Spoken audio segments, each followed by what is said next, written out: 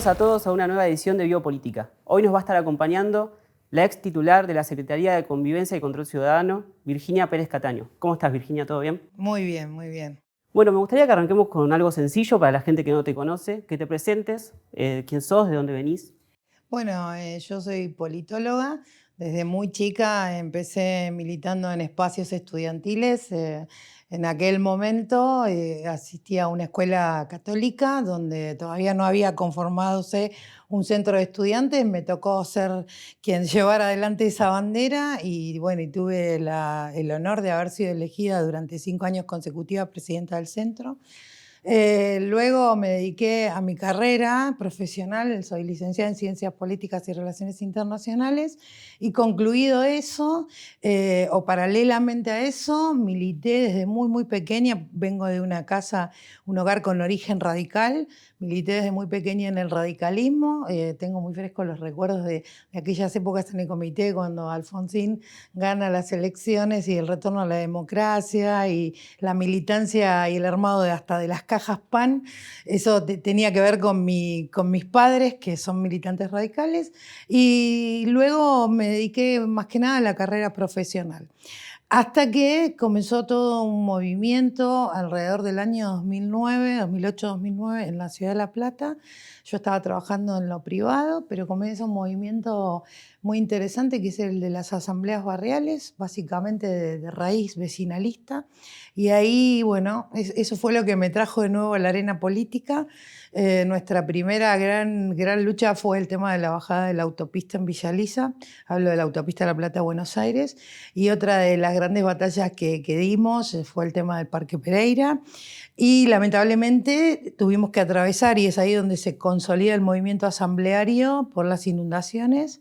Ahí logramos, quienes ya veníamos en asambleas barriales trabajando distintos temas, la unificación de todas las asambleas barriales de la ciudad de La Plata en función de la causa tanto de las víctimas como de los damnificados por la inundación. Y me tocó ser coordinadora de las asambleas barriales, que también fue un honor porque imagínate que era toda la ciudad, ¿no? Cada asamblea tenía un representante y había un coordinador. Y paralelamente a eso seguí con mi carrera profesional. Yo dentro de la politología me especialicé en técnica legislativa, que es básicamente redacción de leyes, con lo cual estuve trabajando muchos años, hasta no hace mucho, en el Senado y en diputados. Así que bueno, más o menos así a grandes rasgos ese es mi recorrido. Por supuesto, mis raíces siguen siendo muy vecinales y con mucho contacto con asambleas. Hoy quizás sea un movimiento que yo siempre digo no desaparece nunca, así que estamos siempre en contacto y sabiendo qué le pasa a la gente en los barrios. Hablaste mucho de militancia y casualmente es una de las cosas más importantes que hablamos acá en Biopolítica. Preguntarte cómo definirías esa palabra, qué significa para vos. Mira, claramente uno milita ideas para mí. El problema es que las ideas y los valores, si uno quiere, son abstractos. Eso hay que llevarlo a la práctica. La militancia es justamente eso. Digo, es llevar a la práctica esas ideas o esos valores por los que enarbolamos una bandera y estamos en un espacio. Así que básicamente creo que es eso la militancia. Y también creo que la militancia surge de adentro. Es una necesidad, yo siempre digo, uno hace política por vocación. Después podemos hablar de algunas otras cuestiones que seguramente la entrevista nos irá llevando respecto a esto de la política como vocación, que hoy está un poco desvirtuado. Y la militancia es lo mismo, es un llamado interno. A mí me pasó cuando en las asambleas barriales sentir que estaba en mi casa en una postura muy cómoda, realmente me iba muy bien con mi carrera profesional en lo privado. Y tomar noción de qué le pasaba a mis vecinos y qué me estaba pasando, que no era solo a mí, ¿no? Pues yo claramente vivo en Villa Lisa, tenía la misma problemática, pero tomar noción de lo que le pasaba al resto. ¿Eso fue lo que despertó tu vocación? Sí. Sí, eso fue lo que dijo, bueno, tenés que volver a salir de casa. Yo en realidad era una madre joven, tenía hijos pequeños, y te vuelvo a repetir, estaba, si querés, en un espacio de confort y comodidad donde mi carrera profesional iba muy bien, y no tenía la necesidad, si querés, de involucrarme. Pero cuando te involucrás, como pasó a partir de la causa de la autopista La Plata-Buenos Aires, de la bajada, te das cuenta que tu comunidad tiene otras situaciones. Ahí nosotros tuvimos una experiencia con los vecinos fundamos Vecinos en Defensa de Villa Elisa y nos preguntamos, bueno, esta es la problemática actual, lo que nos ocupa hoy, pero ¿cuáles son todas las demás cosas que Villa Elisa históricamente ha reclamado, necesita? Y eso se extendió, tuvo su máximo esplendor cuando me toca coordinar asambleas barriales de inundados de La Plata. Bueno, decías recién que se desvirtúa esto de la política como vocación. ¿A qué te referís exactamente con eso? Bueno, porque creo que uno tiene que hacer política más allá de los cargos. Eso es así. Me parece que en algún momento esto hoy está desvirtuado. A ver, quiero aclarar esto, yo soy politóloga y es un vicio de mi profesión. Claramente la competencia electoral es sana, pero la política va más allá de eso y uno tiene que poder estar en distintos roles, ser versátil en eso, incluso tiene que poder salir de una gestión y volver a trabajar normalmente de su profesión o de lo que fuera. Digo, me parece que en eso tiene que basarse la renovación política. Bueno, vos caminaste mucho el barrio, fuiste delegada barrial. ¿Qué rol tiene el delegado barrial? ¿Crees que tiene la importancia que merece? Bueno, para mí, en el momento que me convocaron para ser delegada de Villa Elisa, también fue un desafío porque en ese momento estaba trabajando en el Senado de la Provincia de Buenos Aires con un cargo que a mí me gustaba mucho, que es ser relatora de la Comisión de Cultura y Educación. Y si querés también era un espacio de comodidad, pero vi por primera vez la posibilidad de justamente llevar a la práctica esas ideas que uno militaba y mis vecinos vieron que se sentaba en el sillón de la delegada una vecina más, esto siempre lo dije.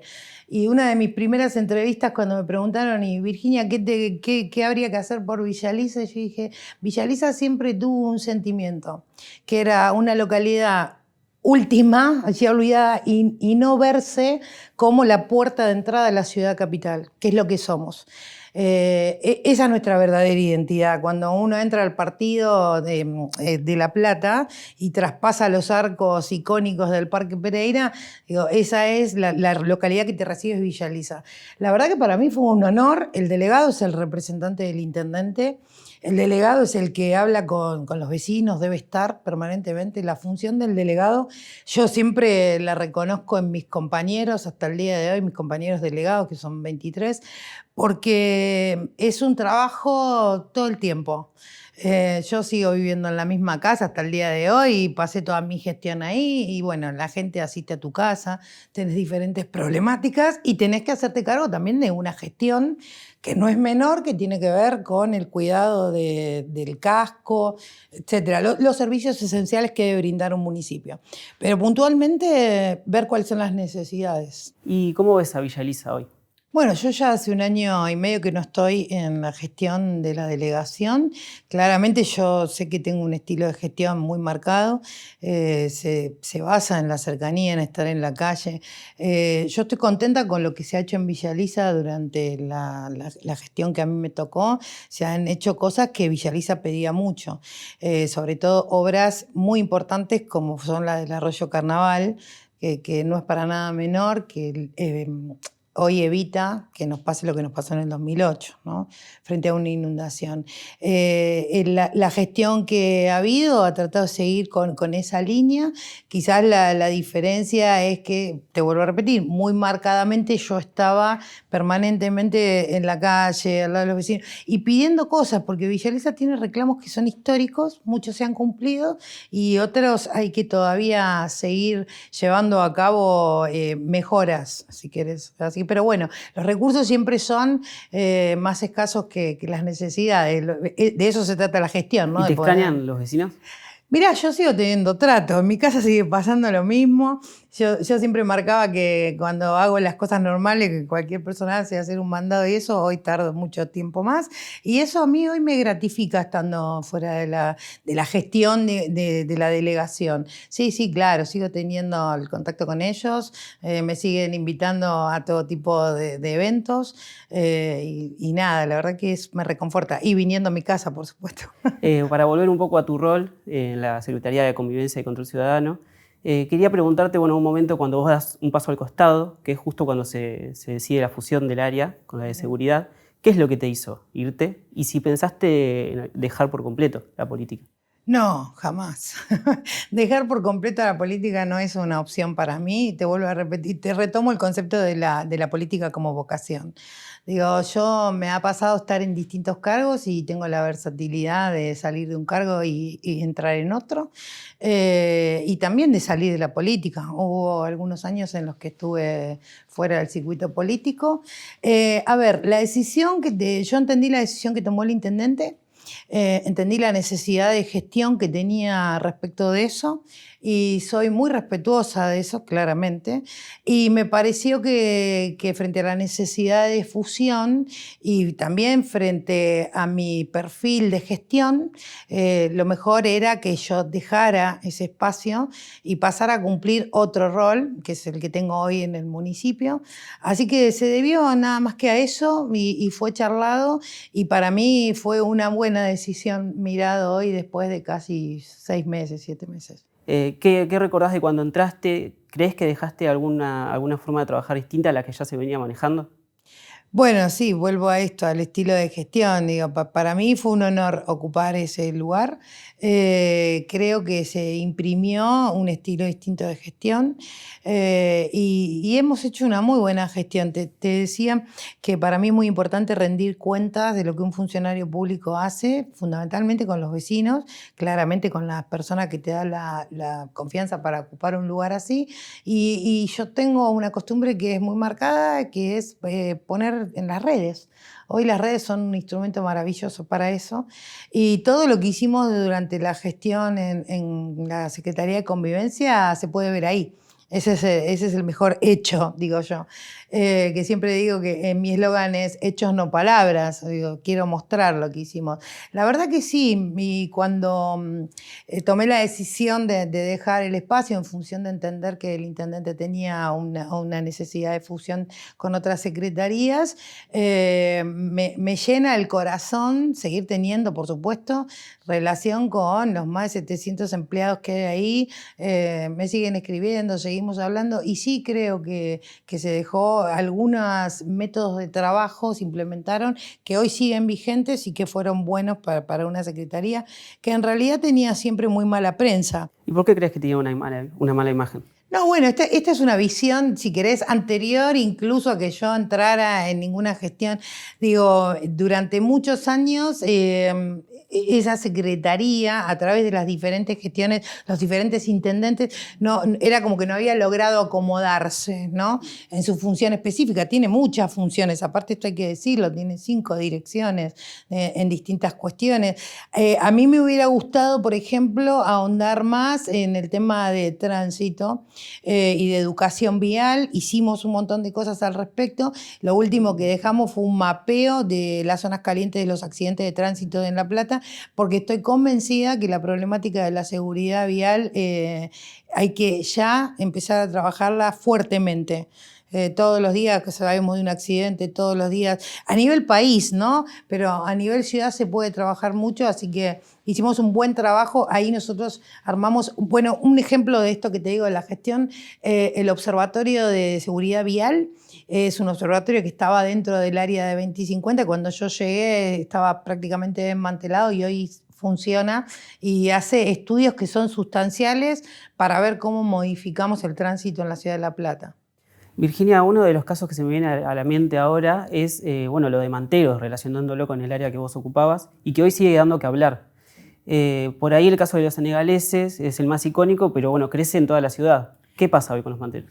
Bueno, mira, primero decirte, yo el caso de los manteros senegaleses, siempre fui muy clara en esto. Digo, dentro de la ley, cualquier cosa fuera de la ley, nada. Es muy claro el tema del comercio ilegal en la vía pública. Digo ilegal por esto. Primero porque una de las cosas que yo siempre planteaba es ilegal porque la mercadería es de dudosa procedencia y porque no pueden probar, nunca pudieron probar de dónde venía. Y a la vez hay una ordenanza que prohíbe el comercio en la vía pública, porque si no estaríamos siendo absolutamente injustos con aquel comerciante que paga sus impuestos, que tiene todo en regla. En el medio de mi gestión, yo arranco en la gestión en plena pandemia, etapa dura, Eso se había disminuido un poco y con las consecuencias de las sucesivas etapas donde se fue liberando la actividad, eso creció. Ahora, el caso de los senegaleses es otra cosa porque yo planteé claramente y lo denuncié en el en el Foro Federal, que creía que todas esas personas eran víctimas de una red de trata con fines de explotación laboral. Y lo tratamos de probar en una causa que hoy sigue su curso. Más allá de eso, entendimos a esas personas como víctimas en cuanto a su humanidad. Con lo cual yo me voy con un logro de la gestión, que para mí es un logro, que es haber podido documentar a esa gente, porque cuando empezamos no sabíamos cuántos eran la comunidad que tenemos viviendo en La Plata. Muchos viven hace muchísimos años en La Plata. No estamos hablando de gente que hace poco llegó. Algunos de sus referentes llevan más de 15, 20 años viviendo. Y aún así, nosotros como ciudad y la provincia misma, porque este fue un trabajo que se hizo después en conjunto con el Ministerio de Justicia de provincia, con la Defensoría del Pueblo de provincia y con el municipio a través de la Secretaría de Control Ciudadano, se logró documentar a esta gente, a estas personas, y hoy más ya sabemos cuántos son, tienen su DNI. A mí lo primero que me preocupó fue eso, decir, estamos hablando con una situación, con personas en una situación que tienen todos los derechos vulnerados. Y en cuanto a su labor, las ventas, que por ahí, bueno, hoy se ve que hay muchos problemas con eso. Bueno, ahí hay para mí hay como un análisis un poco más profundo. Yo creo que las consecuencias de la pospandemia, las consecuencias de tener un país con un 50% de pobreza y todo, se empezó a ver cuando pudimos salir de aquel confinamiento tan duro y también lo veíamos en Plaza Italia. Quizás son dos realidades distintas porque a mi criterio son dos cuestiones distintas. A ver, para ponerlo en palabras claras, yo creo que detrás de todo el comercio ilegal de los senegaleses hay una organización muy bien armada, ¿sí? Detrás de los manteros que están en Plaza Italia también veo, no veo una organización armada a este estilo de la denuncia que hice, que dije claramente, una organización con fines de trata de personas con fines de explotación laboral, sino que veo en los manteros de Plaza Italia necesidades que ha dejado la pandemia. La gente se la trata de rebuscar. Eso es lo que le está pasando hoy a la gente. Muchas veces digo que los políticos no podemos perder esa visión. Nos tiene que importar qué le pasa a la gente. Si no podemos ver que hoy la gente se levanta preocupada por ver cómo llega a fin de mes, ¿sí? Cómo paga los impuestos, cómo consigue trabajo quien lo perdió, porque los índices de desocupación también son altos hoy en nuestro país. Entonces, ahí es cuando entramos en un mundo de fantasía y dejamos de ver la realidad y perdemos esa conexión. Entonces, me parece que eran dos cosas diferentes. Aún así, siempre la gestión se basó en la defensa de aquel comerciante que también en pandemia la estaba pasando mal, que estaba cerrado, que muchos han bajado sus cortinas y que le va a costar mucho a la ciudad la recuperación productiva y sobre todo el que estaba dentro de la ley. Igual tuvimos propuestas para los manteros, tanto que cualquiera que fuera. Tuvimos propuestas de un predio, tuvimos propuestas de incluso cursos. Sí, a eso quería ir también porque, bueno, Sí. se ha cuestionado como la falta de diálogo por ahí de la gestión con... No, al contrario, desde el día 1 tuvimos diálogo y disensos. Yo lo que planteaba era que el Estado municipal y la Secretaría de Control Urbano podía ayudar en brindarles un espacio. Incluso cuando yo te digo todos los derechos vulnerados, hablo de que viven en malas condiciones, hablo de que están indocumentados, hablo de que son víctimas, hablando específicamente de los manteros senegaleses, son víctimas de una organización. Nosotros hemos aportado esa prueba en la causa. Ahora, diálogo hubo siempre, desde el disenso, y sí, también hubo propuestas. Una de las propuestas fue que muchos de ellos no hablan el idioma español y nosotros propusimos que pudieran hacer cursos de capacitación. Es más, los relevamos, hicimos un relevamiento desde la Secretaría para ver cuáles eran las capacidades de cada uno, porque algunos ya venían desde sus países con algún oficio, alguna profesión, y a mí me parecía que la verdadera inclusión tenía que estar estar ahí. Digo, hoy están fuera del mercado de trabajo, esa gente. Nosotros lo que tenemos que lograr es incluirlos en el mercado formal de trabajo. Y ahí ese va a ser la base sobre la cual vamos a poder erradicar el comercio en la vía pública. Y para hablar un poco, bueno, estamos en un año de elecciones, ¿cómo viste el cierre de listas? ¿Te quedás con ganas de participar? Mira, en principio hago un análisis un poco más amplio. Creo que la verdad que, bueno, varios espacios políticos van a una interna. Desde el punto de vista electoral, a mí las internas me parecen sanas, creo que tiene que ser así. Lo que sí, no sé si era el mejor momento. Retomando lo que la gente siente, lo que le pasa a la gente, yo veo en la calle mucho descreimiento político con respecto a la clase política, que fue profundizado por la pandemia también. Ahora estoy desarrollando un informe, un estudio respecto de eso, de cuáles son las cosas que la pandemia nos deja y en las que tenemos que trabajar. Entonces, creo que por ahí no era el momento más oportuno, pero también creo que desde el punto electoral era necesario. Así que no me quedo con ganas porque me parece que todo tiene un momento. Y también creo que ser o no candidato en una lista no determina en absoluto una carrera política en sí. Claramente uno llega al momento y quiere competir de manera electoral para ocupar cargos. Pero bueno, también hay otras personas y en eso creo que hoy tenemos que ser todos los políticos muy generosos. Yo hace muchos meses vengo hablando de generosidad política, porque esa es la forma de respetar a la gente y a lo que a la gente le pasa. Así que sí, todos deberíamos ser así. Hoy no me toca ser candidata, me tocará en otro momento, pero sigo estando muy cómoda en la función en la que estoy y cuando me toque, así será. Siguiendo por la línea de la diversidad y que hablábamos, bueno, de tu espacio, no quiero dejar de preguntarte sobre las cuestiones de género. ¿Crees que existe en el espacio político que vos hoy ocupás la suficiente representatividad de las mujeres? Mira, ese es un tema que lo quiero explicar bien para que no se malinterprete. Claramente, durante todos estos años de la vuelta de la democracia hasta acá, ha habido una lucha de las mujeres por ocupar mayores espacios en política.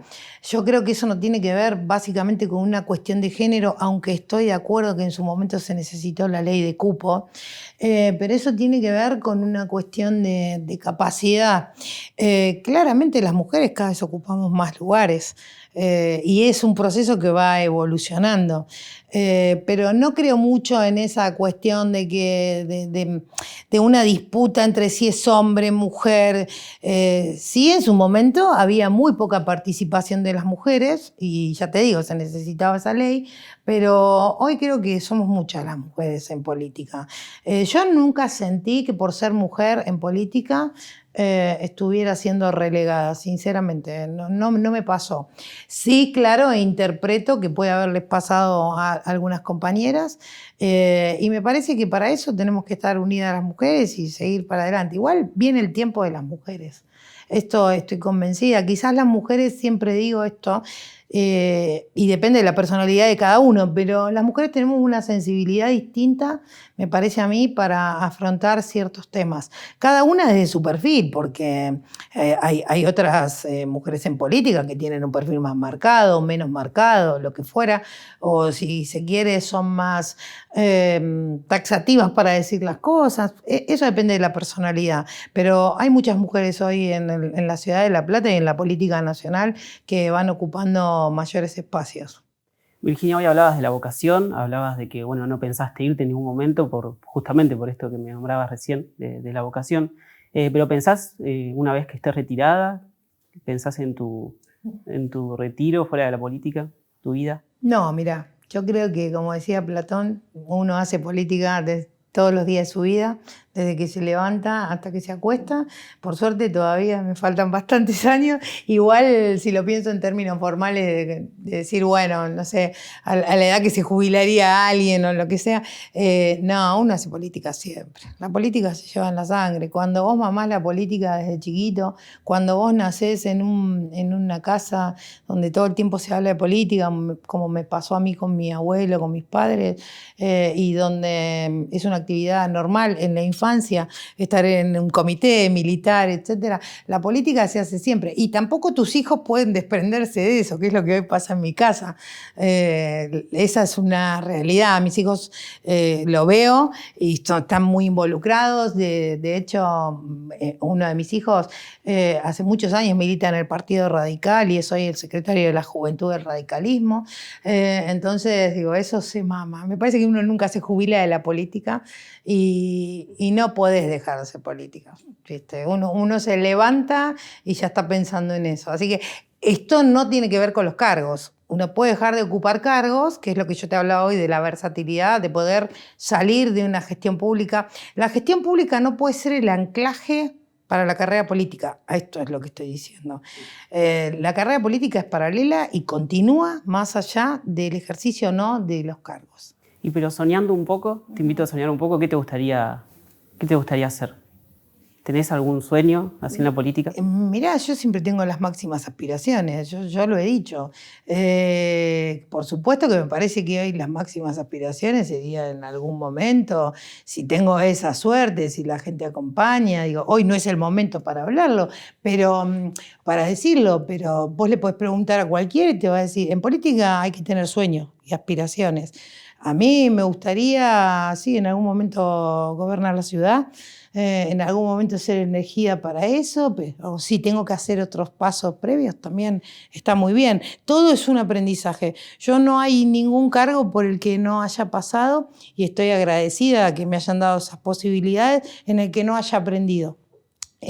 Y me parece que ese es el crecimiento, uno tiene que hacer. Y a veces también, por más que uno tenga sueños, no se da, uno no llega ahí y puede ser útil en otro lugar. Pero te puedo asegurar que quienes estamos en política soñamos a lo grande, siempre, y eso no se pierde.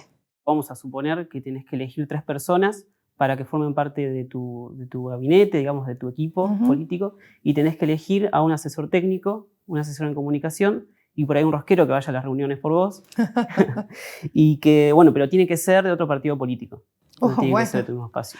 Bueno, juguemos. Bueno, vamos primero un asesor técnico. Siempre de la oposición. Sí. Uy, pregunta. Puede ser a nivel nacional también. Pregunta difícil. Qué difícil es ¿Algún esa histórico? Pregunta. Puede ser alguien histórico. La asesora en comunicación no la van a conocer, no es famosa, pero es quien fue la jefa de prensa de Raúl Alfonsín, que es mi amiga. Es una amiga que hoy está viviendo en el exterior, con la que sigo teniendo trato directo todos los días. Así que Susana sería de acá lejos mi asesora en cuanto a la comunicación. La verdad que yo tengo un buen equipo de gente que me sigue acompañando. Y,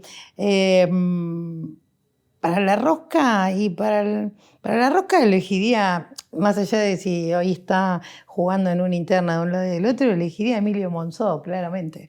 Claramente. Me parece que el éxito de muchas cosas que han pasado durante la gestión del presidente Macri tuvo que ver con la presencia de Emilio en Cámara. De hecho, en la Cámara de Diputados, de hecho, reivindicamos la rosca y en eso coincido, reivindicamos esa rosca. Y un asesor técnico, y ahí la verdad que tengo muy buenos asesores en el equipo, tengo gente muy buena, tanto a nivel comunicacional como a nivel político, pero si tuviera que elegir a alguien, digamos, histórico, elegiría a Raúl Alfonsín, sin ninguna duda. Sería un honor, un placer, ¿no? Pero elegiría a Raúl Alfonsín, sí. Bueno, Virginia, muchas gracias por venir. No, a ustedes por la entrevista, un placer.